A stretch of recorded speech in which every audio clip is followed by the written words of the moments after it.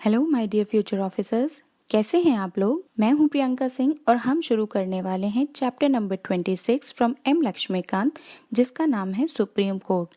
अब Supreme Court के बारे में इस चैप्टर में हम सारी चीज़ें कंसोलिडेट करके जानेंगे, जैसे कि इंडिया में जुडिशरी का स्टेटस क्या है, सुप्रीम कोर्ट में जजेस की कॉम्पोजिशन क्या है, उनकी अपॉइंटमेंट कैसे होती है, उनका रिमूवल कैसे होता है, जजेस की क्वालिफिकेशन क्या है, ओथ कैसे लेते हैं वो, उनका टेन्योर क्या है, कितने तरह के जजेस होते हैं सुप्रीम कोर्ट में, सुप्रीम कोर्ट अपनी इंडिपेंडेंस का कैसे यूज़ करती है, और उसके साथ साथ हम ये भी जानेंगे कि सुप्रीम कोर्ट की ज्यूरिसडिक्शन क्या है। तो चलिए हम सबसे पहले स्टार्ट करते हैं अपने चैप्टर को और हम ये जानते हैं कि सुप्रीम कोर्ट का मेंशन कहाँ है। देखिए, सुप्रीम कोर्ट का मेंशन है पार्ट 5 में आर्टिकल 124 से लेके 147 तक। अब आप लोगों के दिमाग में ये बात आएगी कि पार्ट 5 में क्यों। तो जब आप पार्ट्स को रेफर करेंगे तो आप देखेंगे कि पार्ट 5 में यूनियन एग्जीक्यूटिव के बारे में बताया है, ठीक है। और सुप्रीम कोर्ट पूरी कंट्री में सिर्फ एक ही है और वो ही पूरा कंट्री के लिए सुप्रीम अथॉरिटी है, ठीक है। सुप्रीम कोर्ट जो भी कह देती है वो इस कंट्री का लॉ बन जाता है। तो मतलब लॉ मेकिंग प्रोसेस तो लेजिस्लेटिव है और वो लेजिस्लेचर में ही होता है, लेकिन सुप्रीम कोर्ट के जो भी फैसले आते हैं वो कंट्री के लिए लॉ का ही काम करते हैं। पार्ट 5 में यूनियन एग्जीक्यूटिव के बारे में बताया है और सुप्रीम कोर्ट कंट्री में एक ही है, हाईएस्ट पावर है और वो यूनियन का पार्ट बनती है, इसलिए वो पार्ट 5 में फॉल करती है। नेक्स्ट हम डिस्कस करने वाले हैं इंडिया के जुडिशियल सिस्टम को, जिसको हमने अडॉप्ट किया है गवर्नमेंट ऑफ इंडिया एक्ट 1935 से। इस एक्ट के अकॉर्डिंग हमने एक सिंगल सिस्टम ऑफ कोर्ट को अडॉप्ट किया है। इसका मतलब कि जितने भी लॉज हैं हमारी कंट्री में, उसको इम्प्लीमेंट कराने के लिए हमारे पास कोर्ट्स की एक हायरार्की है। उस हायरार्की में सबसे टॉप पर हमारे पास सुप्रीम कोर्ट है, उसके बाद स्टेट लेवल्स को डील करने के लिए हमारे पास हाई कोर्ट है, और उसके बाद डिस्ट्रिक्ट लेवल लॉज को डील करने के लिए हमारे पास डिस्ट्रिक्ट एंड सेशन जजेस कोर्ट है। इसके विपरीत जब हम अमेरिकन कॉन्स्टिट्यूशन की बात करते हैं तो वहाँ पे उन्होंने इंटीग्रेटेड जुडिशियल सिस्टम को अपॉइंट नहीं कर रखा है। उनके यहाँ पे सिस्टम ये है कि जो स्टेट लॉज हैं उनको इम्प्लीमेंट कराने के लिए स्टेट कोर्ट्स हैं और फेडरल लॉज को इम्प्लीमेंट कराने के लिए एक फेडरल कोर्ट है। इंडिया ने वो सिस्टम अप्लाई नहीं किया है। इंडिपेंडेंस से पहले भी हमारे पास टॉप कोर्ट एग्जिस्ट करते थे, जिसे कि हम फेडरल कोर्ट ऑफ इंडिया के नाम से जानते थे, लेकिन इंडिपेंडेंस के बाद इसको सुप्रीम कोर्ट ने रिप्लेस किया और सुप्रीम कोर्ट का इनॉग्रेशन हुआ 28 जनवरी 1950 को। अब सुप्रीम कोर्ट की कॉम्पोजिशन की अगर हम बात करते हैं तो हमारे पास chief justice of India plus 33 other जजेस हैं जो कि सुप्रीम कोर्ट को एफिशिएंटली रन करवाते हैं। अब इनके अपॉइंटमेंट की जब हम बात करते हैं तो सीजेआई का और बाकी जजेस का अपॉइंटमेंट सेम नहीं है। हालांकि इन दोनों की अपॉइंटमेंट प्रेसिडेंट ही करवाता है, लेकिन सीजीआई के अपॉइंटमेंट के टाइम पर प्रेसिडेंट की मर्जी है, चाहे तो वो सुप्रीम कोर्ट या हाई कोर्ट के अदर जजेस को कंसल्ट करे या ना करे। लेकिन जब हम अदर जजेस को अपॉइंट कर रहे हैं तो प्रेसिडेंट के ऊपर ये कंडीशन बाइंडिंग है, यानी ऑब्लिगेटरी है कि उनको चीफ जस्टिस ऑफ इंडिया से कंसल्टेशन लेनी पड़ेगी। अब ये अपॉइंटमेंट का प्रोसीजर हमेशा ही इतना आसान नहीं रहा है। इसके पीछे बहुत सारी कंट्रोवर्सीज भी हुई हैं और बहुत सारे केसेस भी डेवलप हुए हैं, जिनको कि हम जजेस केस के नाम से जानते हैं। जिसमें से सबसे पहला है हमारा फर्स्ट जजेस केस, जो कि 1982 में आया था। इस केस में ये कहा गया था कि प्रेसिडेंट जो भी कंसल्टेशन ले रहा है, इसका ये मतलब नहीं है कि वो उस कंसल्टेशन को मान भी लें। इन वर्ड्स उसको लिखा गया कि consultation does not means concurrence, यानी कि चाहें तो वो ले सकते हैं, उस आइडिया को अडॉप्ट कर सकते हैं और उनकी कंसल्टेशन को मान सकते हैं, और चाहे तो ना माने। लेकिन फिर 1993 में इस चीज़ को लेके दोबारा एक इशू क्रिएट हुआ और फिर हमारा सेकंड जजेस केस आया, जिसमें यह कहा गया कि कंसल्टेशन का मतलब है कॉन्करेंस, यानी कि अगर प्रेसिडेंट ने कंसल्टेशन ली है तो उसको मानना पड़ेगा, और उसके लिए जब हम कंसल्टेशन ले रहे हैं तो कम से कम 2 सीनियर मोस्ट जजेस को हमें कंसल्ट करना पड़ेगा। लेकिन इसके बाद में ये बात यहीं नहीं रुकी और आगे जाके 1998 में थर्ड जजेस केस आया, जिसमें कि जो कंसल्टेशन अभी तक हम 2 सीनियर मोस्ट जजेस से ले रहे थे उसको बढ़ा के ये कह दिया गया कि अब हमारे को ये कंसल्टेशन प्लूरैलिटी ऑफ जजेस से, मतलब 2 से ज़्यादा जजेस, जिसको कि उन्होंने स्पेसिफिकली ये बोला कि एक कोलेजियम होगा जिसमें कि 4 सीनियर मोस्ट जजेस एग्जिस्ट कर रहे होंगे और उनकी हमको कंसल्टेशन लेनी पड़ेगी और वो कंसल्टेशन बाइंडिंग भी होगी। अब एक हमारे पास 4 जजेस केस के नाम से भी एक केस एग्जिस्ट करता है जो कि 2015 में आया।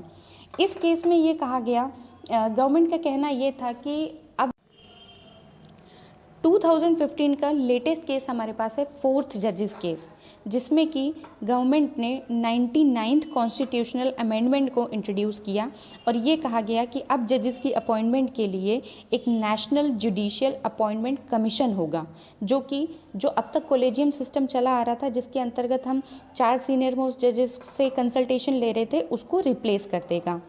हालांकि सुप्रीम कोर्ट ने इसके ऊपर एक्शन लिया और ये कहा कि ये 99th constitutional amendment act unconstitutional है और वॉइड है, और फिर बाद में इसे इम्प्लीमेंट नहीं किया गया, इसको ख़त्म कर दिया गया। अब चीफ जस्टिस की जो अपॉइंटमेंट होती है वो तो उसका प्रोसेस क्या है। 1950 से लेके 1973 तक हम एक कन्वेंशन फॉलो करते थे जिसमें यह था कि सुप्रीम कोर्ट के जो सीनियर मोस्ट जज होंगे उन्हीं को सीजीआई बनाया जाएगा। ध्यान दीजिएगा इस बात पे, सुप्रीम कोर्ट के जो सीनियर मोस्ट जज होंगे उनको ही सीजीआई बनाया जाएगा। लेकिन अभी मैंने ये बात भी बोली कि ये एक कन्वेंशन है, ठीक है, तो कन्वेंशन ये हमेशा फॉलो नहीं की गई। 2 बार ऐसा भी हुआ है कि हमने इस कन्वेंशन को ब्रेक किया है और जो सीनियर मोस्ट जज थे उनको सुपरसीड करके किसी दूसरे को सीजीआई बनाया गया है। अब जब मैं ये कह रही हूँ कि जो सीनियर मोस्ट जज हैं सुप्रीम कोर्ट के उनको ही सीजीआई बनाया जाएगा, तो आप लोगों के दिमाग में एक सवाल ये आएगा कि सीनियर मोस्ट का मतलब क्या। कुछ लोग इसको ये समझेंगे कि जो उम्र में सबसे ज़्यादा होंगे, जो रिटायरमेंट के सबसे ज़्यादा करीब होंगे, वो ही सबसे ज़्यादा सीनियर होंगे, लेकिन ऐसा नहीं है। सीनियरिटी का मतलब ये हुआ कि जिन्होंने अपनी जॉब का, अपनी सर्विस का सबसे ज़्यादा पार्ट यानी कि सबसे ज़्यादा एक्सपीरियंस सुप्रीम कोर्ट में लिया हुआ है, उसको हम सबसे ज़्यादा सीनियर मानेंगे। यानी कि सीनियरिटी का मतलब उनके वर्क टेन्योर, उनके वर्क एक्सपीरियंस से होगा, ठीक है। नेक्स्ट हम मूव करते हैं क्वालिफिकेशन, ओथ एंड सैलरीज के बारे में। अब सुप्रीम कोर्ट के अगर कोई जज बन रहे हैं तो उसके लिए उनके पास कुछ योग्यता भी होनी चाहिए, ऐसे ही कोई तो सुप्रीम कोर्ट का जज नहीं बन जाएगा।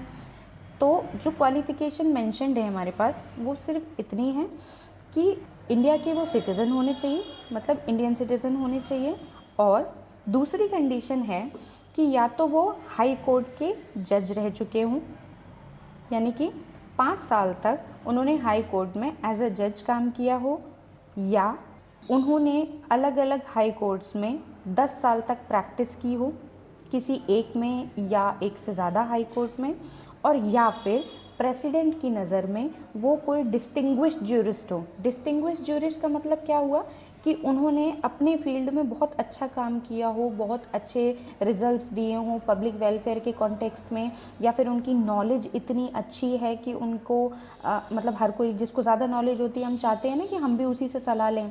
जनरल लाइफ में भी ऐसा ही होता है।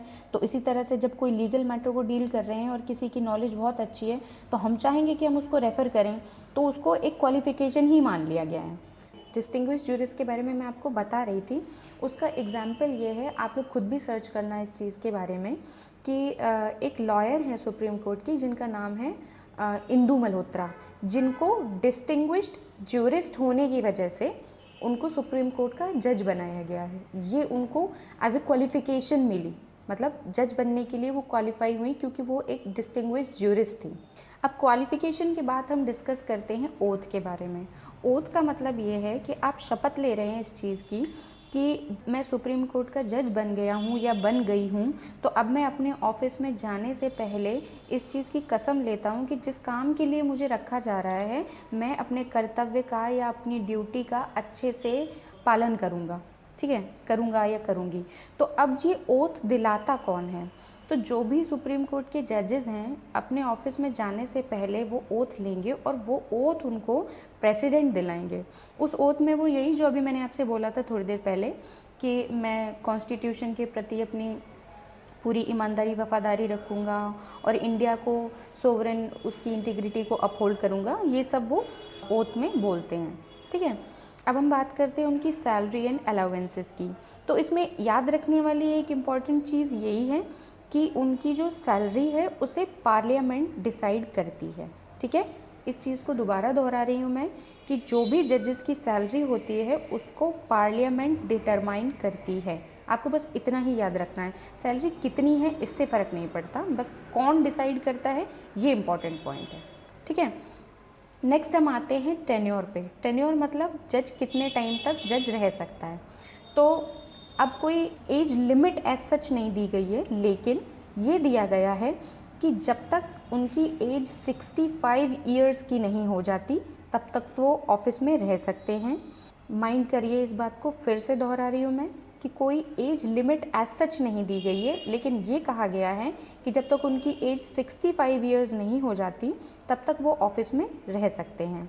दूसरा, ज़रूरी नहीं है कि 65 साल तक वो काम करते ही रहें, उससे पहले भी अगर उनको रिज़ाइन करना है तो वो रिज़ाइन कर सकते हैं प्रेसिडेंट को राइटिंग में दे के ये चीज़। और तीसरी कंडीशन ये है कि उनको उनके ऑफिस से हटाया भी जा सकता है प्रेसिडेंट के द्वारा, लेकिन उसके लिए पार्लियामेंट उनको रिकमेंडेशन देगी। ठीक है, ये 3 कंडीशंस हैं उनके टेन्योर की और रिमूवल की। तो अभी जो लास्ट पॉइंट हम डिस्कस कर रहे थे कि जजेस को जब हम रिमूव करते हैं, ठीक है, प्रेसिडेंट काम करती है पार्लियामेंट की रिकमेंडेशन पे जजेस के रिमूवल के लिए। तो अब इस रिमूवल का प्रोसेस क्या है, मतलब कैसे हटाया जाता है सुप्रीम कोर्ट के जजेस को। तो रिमूवल के लिए एक रिमूवल मोशन पास कराना होता है। ठीक है, वो आइदर हाउस ऑफ पार्लियामेंट में हो सकता है। अगर लोकसभा में हो रहा है तो कम से कम 100 लोग उस रिमूवल मोशन को साइन करके और फॉरवर्ड करेंगे।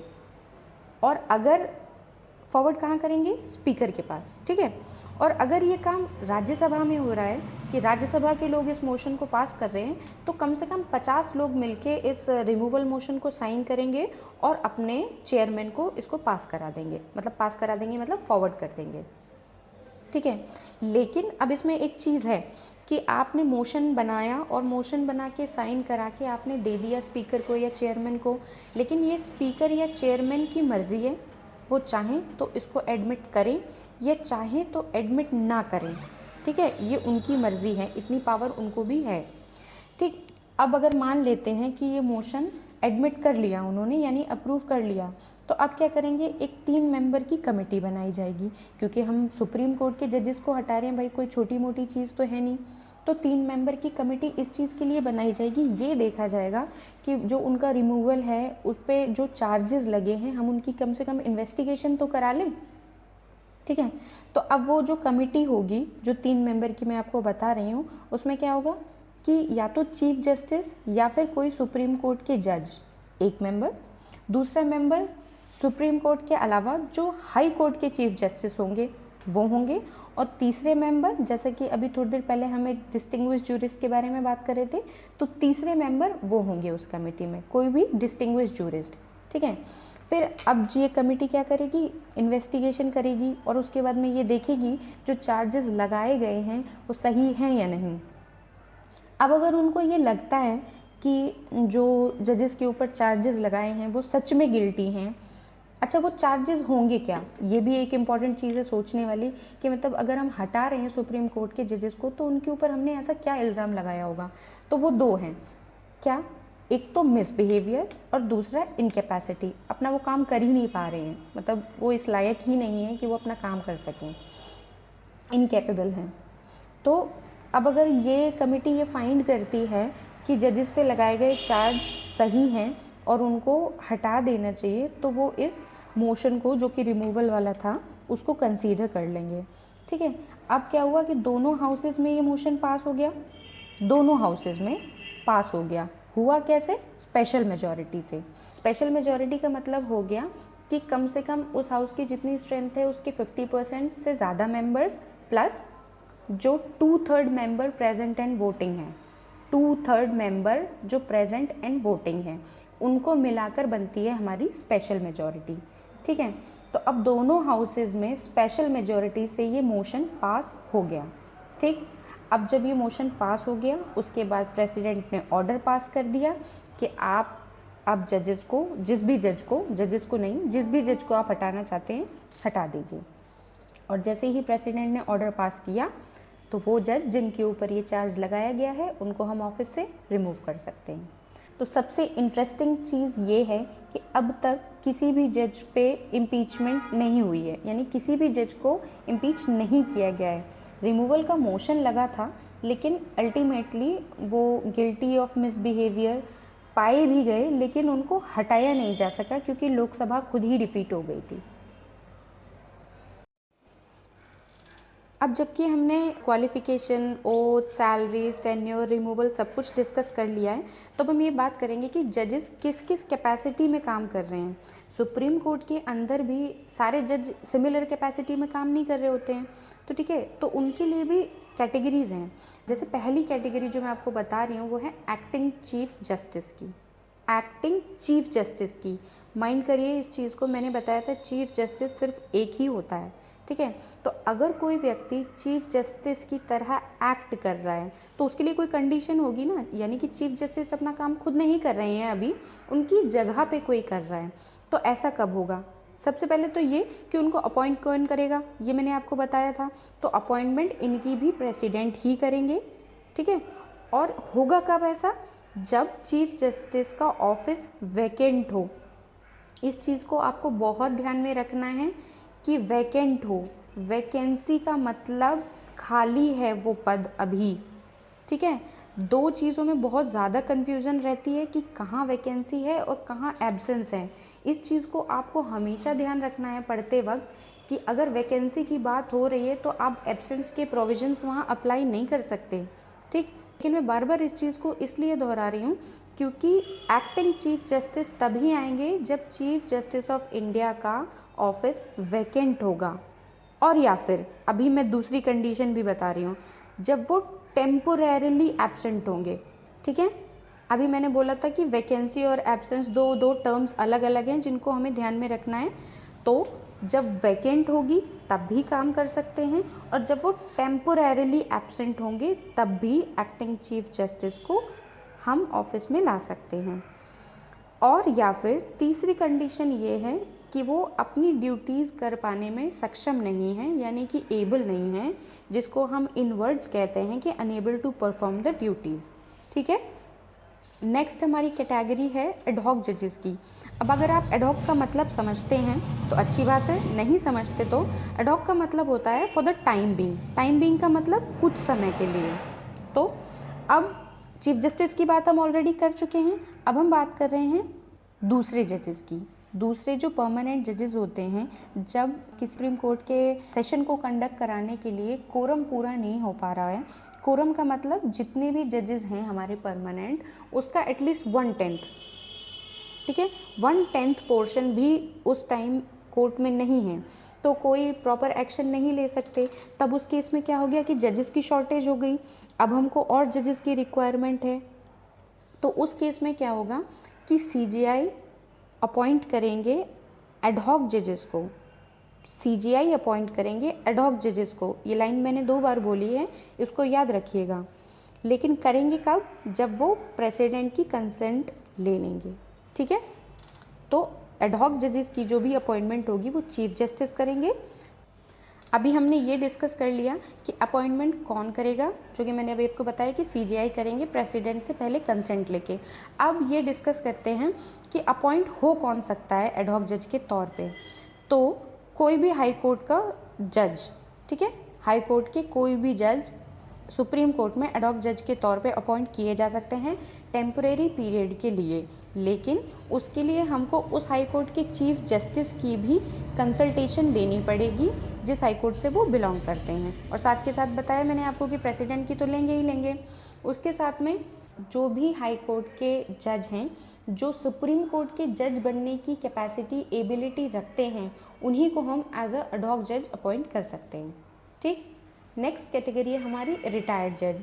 अब क्या है कि हमारे पास वर्कलोड बहुत ज़्यादा है, बहुत सारे केसेस हैं, आपने खुद भी ये चीज़ देखी होगी कि इंडिया में लॉ सूट्स दिन पे दिन बढ़ते ही जा रहे हैं, और जितनी कैपेसिटी में कोर्ट्स काम कर रहे हैं उसके बावजूद भी जो नंबर ऑफ़ केसेस है उनकी कोई लिमिट नहीं है, कितने सारे केसेस पेंडिंग पड़े हैं। तो अब इस केस में क्या होगा कि वर्कलोड बहुत ज़्यादा है, तो अब हम क्या करेंगे, जो हमारे जजेस रिटायर हो चुके हैं, जिन्होंने अपनी सर्विस की ड्यूरेशन पूरी कर ली है, CJI उनको भी रिक्वेस्ट कर सकते हैं सुप्रीम कोर्ट के रिटायर्ड जजेस या हाई कोर्ट के रिटायर्ड जजेस को टेम्परेरी पीरियड के लिए हम रिक्वेस्ट कर सकते हैं कि आप आके ये वर्कलोड हैंडल करवा दीजिए। अब नेक्स्ट हमारा टॉपिक है independence of supreme court. Supreme court जो भी कह देता है that becomes the law of the land. तो इतनी पावर उसे कहाँ से आई, जब अगर हम खुद ही किसी के अंडर में काम कर रहे होंगे, खुद ही दब के डर के काम कर रहे होंगे, तो हम वो फैसले नहीं ले पाएंगे ना जो पूरी पब्लिक के लिए, पब्लिक एट लार्ज के लिए अच्छे होंगे। तो इसका मतलब जो जुडिशरी है वो खुद में ही एक इंडिपेंडेंट पिलर है, ठीक है। तो जैसे 3 पिलर्स होते हैं हमारी कंट्री में जो कंट्री को रन करा रहे हैं, जिसको हम कहते हैं कि लेजिस्लेटिव, एग्जीक्यूटिव और जुडिशरी। तो इसका मतलब जुडिशरी एक 3rd पिलर है जो कि इंडिपेंडेंट है। अब वो इंडिपेंडेंट है ये हमें कैसे पता लगेगा, तो उसके लिए कुछ पॉइंट्स हैं। जैसे सबसे पहला पॉइंट ये है मोड ऑफ अपॉइंटमेंट, यानी कि जो भी सुप्रीम कोर्ट के जजेस हैं उनको अपॉइंट तो प्रेसिडेंट कर रहे हैं यूनियन कैबिनेट मिनिस्टर्स की रिकमेंडेशन पे। लेकिन ध्यान रखिएगा इस बात को कि अपॉइंटमेंट प्रेसिडेंट के द्वारा हो रहा है, लेकिन उसमें सिर्फ गवर्नमेंट की या प्रेसिडेंट की ही मर्जी नहीं है। इसके लिए मैंने आपको बताया था कि उनको कंसल्टेशन भी लेनी पड़ेगी कम से कम 4 सीनियर मोस्ट जजेस से। याद करिए, इससे पहले मैंने आपको कॉलेजियम सिस्टम के बारे में बताया था, ठीक है। नेक्स्ट हमारा पॉइंट है सिक्योरिटी ऑफ टेन्योर। इसका मतलब कि जब भी जजेस की अपॉइंटमेंट हो रही है तो ऐसा नहीं है कि प्रेसिडेंट की जब मर्जी आएगी उन्हें हटा देंगे। उनके पास एक सिक्योर्ड टर्म है, यानी कि मैंने आपको बताया था कि 65 ईयर्स ऑफ एज तक वो ऑफिस में रह सकते हैं, ठीक। उसके बाद नेक्स्ट हमारा पॉइंट है फिक्स सर्विस कंडीशंस। मतलब ये कि जो जजेस की सैलरीज हैं, पेंशन्स हैं, जो उनके अपॉइंटमेंट के टाइम पे बताई गई थी, जैसी मेंशन की गई थी, वो चेंज नहीं हो सकती हैं। एक ही केस है जब वो चेंज हो सकती हैं और वो है फाइनेंशियल इमरजेंसी के टाइम पे, पर थैंकफुली अभी तक फाइनेंशियल इमरजेंसी कभी भी आई नहीं है, ठीक है। नेक्स्ट पॉइंट है हमारा expenses charge on consolidated fund. देखिए 2 चीज़ें होती हैं, एक तो होती हैं कि चार्ज ऑन कंसोलिडेटेड फंड और दूसरी होती हैं कि taken out from consolidated fund. जो भी एक्सपेंसेस हमारे कंसोलिडेटेड फंड पे चार्ज हो रहे हैं तो वो नॉन वोटेबल होते हैं। मतलब कि जब भी उसका डिस्कशन होगा पार्लियामेंट में, उसके ऊपर वोटिंग नहीं होगी। इसका मतलब कि वो एग्जीक्यूटिव की मर्जी के हिसाब से नहीं चलेगा। चार्ज होने का मतलब है कि उनका सिर्फ डिस्कशन तो कर सकते हैं आप, लेकिन उनको घटा या बढ़ा नहीं कर सकते, वो नॉन वोटेबल होते हैं।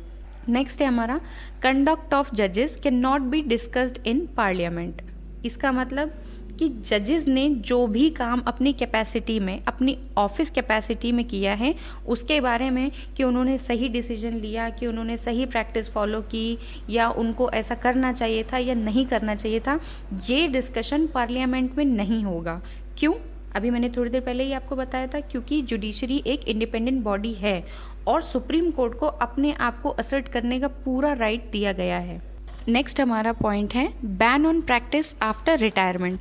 इसका मतलब जब जजेस रिटायर हो गए हैं उसके बाद में, सुप्रीम कोर्ट के जजेस की हम बात कर रहे हैं यहाँ पे, जब वो रिटायर हो गए हैं तो वो कहीं और किसी और कोर्ट में प्रैक्टिस नहीं कर सकते, और ना ही कल हमारा फ्यूचर कैसा होगा, कल हम कहाँ ज्वाइन करेंगे, ये सोच के आज के उनके डिसीजंस पे कोई फ़र्क पड़ेगा, ठीक।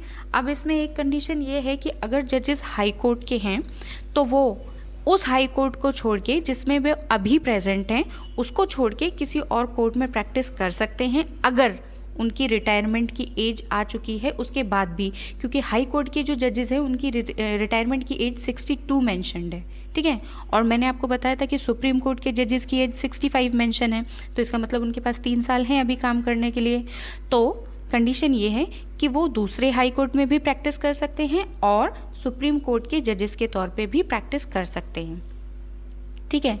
अब कंडीशन एक ये भी है जो मैंने अभी आपको बताया कि रिटायरमेंट के बाद में उन्हें कोई पोजीशन लेनी हो, वो पर्सनल कैपेसिटी में कोई भी ऐसा ऑफिस नहीं ज्वाइन कर सकते जिसको हम ऑफिस ऑफ प्रॉफिट मानते हैं। अब डिस्कशन का पॉइंट ये है कि ऑफिस ऑफ प्रॉफिट होता क्या है। तो अब मैं आपको एक टास्क दे रही हूँ। टास्क ये है कि अभी जो टर्म मैंने यूज़ की थी ऑफिस ऑफ प्रॉफिट, आपको मुझे कमेंट सेक्शन में ये बताना है कि ऑफिस ऑफ प्रॉफिट क्या है। ठीक है, हम आते हैं अपने नेक्स्ट पॉइंट पे, जो है independence to appoint its own staff, यानी कि सुप्रीम कोर्ट के पास ये पावर है कि उनका जो भी वर्किंग स्टाफ है उसको वो खुद अपॉइंट कर सकते हैं। ठीक, नेक्स्ट हमारा पॉइंट है parliament can not cartel jurisdiction of supreme court. ये सबसे ज़्यादा इम्पॉर्टेंट है, क्योंकि देखिए सबसे ज़्यादा क्या आजकल हो रहा है, आप भी देख रहे होंगे ये चीज़ में, कि गवर्नमेंट के पास हर चीज़ को उथल पुथल करने की आदत है और उनके पास पावर भी है, तो वो अपनी इस पावर को बखूबी यूज़ भी कर रहे हैं। लेकिन सुप्रीम कोर्ट के केस में कॉन्स्टिट्यूशन में ये साफ मेंशन है कि पार्लियामेंट सुप्रीम कोर्ट की पावर को कर्टेल नहीं कर सकती, घटा नहीं सकती है, बढ़ाना चाहे तो बढ़ा सकती है। ठीक है, अब हम अपने सबसे इम्पॉर्टेंट टॉपिक की तरफ आते हैं, जो है ज्यूरिसडिक्शन ऑफ सुप्रीम कोर्ट। ठीक है, सुप्रीम कोर्ट के पास क्या अधिकार है, कहाँ तक है, किस किस चीज़ का है, अब हम इस बारे में बात करेंगे। तो ज्यूरिसडिक्शन में सबसे पहला पॉइंट है और सबसे इम्पॉर्टेंट पॉइंट भी यही है याद रखने के लिए, क्योंकि कोर्ट्स तो और भी है ना, लेकिन सुप्रीम कोर्ट में ऐसा क्या स्पेशल होता है जो वो सुप्रीम अथॉरिटी है।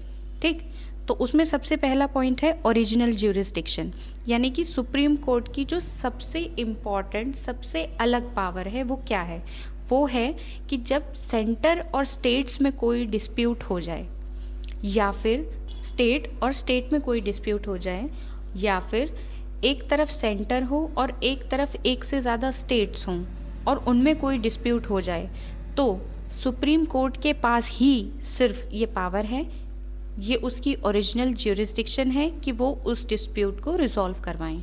समझ आया? नेक्स्ट है हमारा अपीलेट ज्यूरिसडिक्शन। इसका मतलब, अपीलेट का मतलब क्या हुआ कि हम दूसरे कोर्ट के डिसीजंस के अगेंस्ट में, दूसरे कोर्ट्स के डिसीजंस के खिलाफ में सुप्रीम कोर्ट में अपील लगा रहे हैं। तो अब क्या होगा कि जो भी हमारी कॉन्स्टिट्यूशनल मैटर्स से रिलेटेड अपील्स हैं वो सीधे हम सुप्रीम कोर्ट में लगा सकते हैं, या फिर जो भी अपील्स हमारी स्पेशल लीव के तौर पे लगाई जा रही हैं, स्पेशल लीव पिटीशन जिन्हें हम बोलते हैं, वो हम सुप्रीम कोर्ट में लगाते हैं। और सिविल मैटर और क्रिमिनल मैटर्स की अपील्स भी हम सुप्रीम कोर्ट में लगा सकते हैं। अब मैं ब्रीफ में आपको ये डिस्क्राइब कर देती हूँ कि जो अभी टर्म मैंने यूज़ की थी स्पेशल लीव, वो क्या होती है। देखिए अभी अभी हम अपीलेट ज्यूरिसडिक्शन के बारे में पढ़ रहे हैं, तो अपील्स तो नॉर्मली अभी मैंने बोला कि सिविल मैटर्स, क्रिमिनल मैटर्स किसी से भी रिलेटेड हम कर सकते हैं, लेकिन स्पेशल लीव और अपील्स में क्या डिफरेंस है। तो स्पेशल लीव, जैसा कि मैं नाम में ही समझ पा रही हूँ, आप भी समझ पा रहे होंगे, स्पेशल लीव पिटीशन का मतलब हो गया कि हम एक तरह से स्पेशल केस रिप्रेजेंट कर रहे हैं। अपना केस स्पेशल नहीं है, लेकिन वो कंडीशन स्पेशल है जब हम सुप्रीम कोर्ट के सामने अपील कर रहे हैं किसी और कोर्ट के डिसीजन के अगेंस्ट, है ना। ये एक पिटिशन हो गई, यानी कि हम उनसे रिक्वेस्ट कर रहे हैं, दरख्वास्त कर रहे हैं कि आप हमारी अपील को सुन लीजिए। अब क्योंकि ये स्पेशल लीव पिटीशन है जो कि सुप्रीम कोर्ट के आगे लगाई जा रही है, ये उनकी डिस्क्रिशन है, कोर्ट की डिस्क्रिशन है, वो चाहें तो इसे एंटरटेन करें, चाहें तो इसे एक्सेप्ट करें और चाहें तो ना करें। ठीक है, नेक्स्ट हमारा मेन पॉइंट है रिट ज्यूरिसडिक्शन का। जैसा कि अभी मैंने आपको बताया था कि supreme Court is the higher court, इससे ऊपर तो कुछ है नहीं। तो रिट ज्यूरिसडिक्शन में सबसे पहला काम सुप्रीम कोर्ट का क्या है कि अगर किसी भी व्यक्ति का फंडामेंटल राइट कर्टेल किया गया हो, या उसका हनन किया गया हो, या उसे एक्सप्लॉइट किया गया हो, तो इंडिविजुअल के पास ये राइट होता है कि वो सुप्रीम कोर्ट में अप्लाई करे और उनको सीधे सीधे अपना केस सुनाए कि देखिए जी, हमारा तो ये अधिकार मार दिया गया है गवर्नमेंट के द्वारा, या किसी कुछ रिट्स ऐसी भी होती हैं जो प्राइवेट पर्सन्स के अगेंस्ट भी होती हैं। अब मैं ब्रीफ में थोड़ा थोड़ा आपको ये एक्सप्लेन कर देती हूँ कि रिट्स होती क्या हैं। ठीक है, 5 तरह की रिट हैं हमारे पास, जिसमें सबसे पहली है हैबियस कॉर्पस। हैबियस कॉर्पस का मतलब क्या हो गया कि जब आपको इलीगली डिटेन कर लिया गया है और आपको मजिस्ट्रेट के सामने प्रेजेंट भी नहीं किया गया है, मतलब आपको पता ही नहीं है, आपको ये ही नहीं खबर है कि आपको पकड़ा क्यों गया है, बंधक क्यों बना लिया गया है, तो सुप्रीम कोर्ट ये ऑर्डर देगी इस रिट में कि आपको उसके सामने या किसी मजिस्ट्रेट के सामने प्रेजेंट किया जाए। ठीक है, आपका केस सुनने के लिए। नेक्स्ट हमारा है मैंडेमस का मतलब हो गया कमांड। इसका मतलब सुप्रीम कोर्ट ये कमांड कर रही है कि कोई भी पब्लिक ऑफिशियल जो अपनी ड्यूटी नहीं कर रहा है वो अब इस रिट की वजह से अपनी ड्यूटी को करेगा। ठीक है, इसी का जस्ट अपोजिट होता है प्रोहिबिशन। प्रोहिबिशन का मतलब हो गया टू फॉरबिड, यानी कि ये जो रिट है, देखिए मैंडेमस में क्या था कि काम करना था और वो नहीं कर रहे थे। प्रोहिबिशन में क्या हो गया कि वो काम उनको नहीं करना था। ठीक है, उनको वो काम नहीं करना था, उनको प्रोहिबिट किया जा रहा है और फिर भी वो काम कर रहे हैं। तो अब क्या होगा कि जो हायर कोर्ट होगा, किसी भी लोअर कोर्ट या ट्रिब्यूनल को, ध्यान में रखिएगा ये चीज़ कि ये लोअर कोर्ट या ट्रिब्यूनल के अगेंस्ट में जा रही है रिट, अपनी ज्यूरिस्डिक्शन से बाहर जाके जो भी काम कर रहे हैं तो उनको वो काम करने से रोका जा रहा है। ठीक है, नेक्स्ट हमारा है क्यो वारंटो। क्यो वारंटो का मतलब आप जो भी काम कर रहे हैं या कोई भी पब्लिक ऑफिशियल जो भी काम कर रहा है या कोई भी कोर्ट जो भी काम कर रहा है वो किस अथॉरिटी में कर रहा है ना। जो भी कोर्ट है या जो भी पब्लिक ऑफिशियल है, क्या उसके पास वो काम करने की अथॉरिटी है, क्या वो उसका ज्यूरिस्डिक्शन है या नहीं, वो इस रिट के द्वारा सर्टिफाई होगा। नेक्स्ट है हमारा सर्ट्योररी। सर्ट्योररी का मतलब टू बी सर्टिफाइड और टू बी इन्फॉर्म्ड। इसमें क्या होता है कि कोई भी हायर कोर्ट होता है वो लोअर कोर्ट या ट्रिब्यूनल से ये कहता है कि जो केस अभी आप सुन रहे हो वो हमें ट्रांसफ़र कर दो। ठीक है, नेक्स्ट है हमारा एडवाइसरी ज्यूरिस्डिक्शन। एडवाइसरी ज्यूरिस्डिक्शन बहुत इंपॉर्टेंट है और ये फॉल करता है आर्टिकल 143 में। ठीक है, अब एडवाइसरी ज्यूरिस्डिक्शन में दो लोगों का बहुत इंपॉर्टेंट रोल है। पहला तो हमारे प्रेसिडेंट जी का और दूसरा हमारे सुप्रीम कोर्ट का। तो दो कंडीशंस हैं हमारी जिसमें कि president of India supreme court से सजेशन मांगते हैं। पहली जो कंडीशन है उसमें वो किसी क्वेश्चन ऑफ लॉ या कुछ क्वेश्चन ऑफ फैक्ट, यानी कि क्वेश्चन ऑफ लॉ या क्वेश्चन ऑफ फैक्ट पे जो कि पब्लिक इंपॉर्टेंस में है, सुप्रीम कोर्ट से एडवाइस मांगते हैं। और दूसरी कंडीशन है जब कोई डिस्प्यूट अराइज हुआ हो किसी ट्रीटी या सनद के कॉन्टेक्स्ट में। तो अब इन दोनों में फ़र्क क्या है कि पहले वाले केस में जहाँ पे क्वेश्चन ऑफ लॉ और फैक्ट है तो वहाँ पे सुप्रीम कोर्ट की मर्ज़ी है, वो चाहे तो एडवाइस दे या ना दे। लेकिन जो सेकंड केस है जहाँ पे मैं ये बोल रही हूँ कि किसी ट्रीटी या सनद की डिस्प्यूट से वो केस अराइज हुआ है, तो वहाँ पे सुप्रीम कोर्ट को एडवाइस देनी होगी प्रेसिडेंट को। और एक इम्पॉर्टेंट फैक्ट जो आपको याद रखना है, जब भी प्रेसिडेंट सुप्रीम कोर्ट से कोई भी कंसल्टेशन या सजेशन लेंगे तो उसको देने के लिए एक कॉन्स्टिट्यूशनल बेंच ही एलिजिबल होगी जिसमें 5 जजेस होते हैं। ये पॉइंट इम्पॉर्टेंट है, बहुत रेयरली मेंशन होता है कहीं भी और कोई भी इस पॉइंट को डिस्कस नहीं करता, इसलिए आपको ये याद रखना है। ठीक है, जब भी प्रेसिडेंट सजेशन ले रहे हैं सुप्रीम कोर्ट से, रिकमेंडेशन ले रहे हैं, उनकी सलाह ले रहे हैं, तो वो एक कॉन्स्टिट्यूशनल बेंच ही होगी एटलीस्ट 5 जजेस के साथ। नेक्स्ट हमारा पॉइंट है court of record. Supreme court देश का सबसे बड़ा कोर्ट है। ठीक है, तो यहाँ से जो भी डिसीजंस आते हैं, इसकी जो भी प्रोसीडिंग्स होती हैं, जो उससे नीचे के कोर्ट्स हैं, जो हमारे हायर कोर्ट्स हैं या फिर जो हमारे डिस्ट्रिक्ट सेशन कोर्ट्स होते हैं, यानी कि नीचे की हिरार्की में जो भी कोर्ट्स हैं, वो सुप्रीम कोर्ट के जजमेंट को, उनकी प्रोसीडिंग्स को एज अ टेस्टिमनी या एज अ प्रूफ यूज़ कर सकते हैं अपने केसेस में। और दूसरा, क्योंकि सबसे बड़ा कोर्ट है तो वैसे तो हर कोर्ट के पास ये पावर होती है कि अगर उसकी कंटेम्प्ट हो रही है या उनके ऑर्डर की अवहेलना हो रही है, सिविल नेचर की हो या क्रिमिनल नेचर की हो, तो उसके लिए वो पनिशमेंट दे सकते हैं। नेक्स्ट है हमारा पावर ऑफ जुडिशियल रिव्यू। अब ये जो जुडिशियल रिव्यू है ना, ये बहुत ही कॉन्ट्रोवर्शियल टॉपिक है।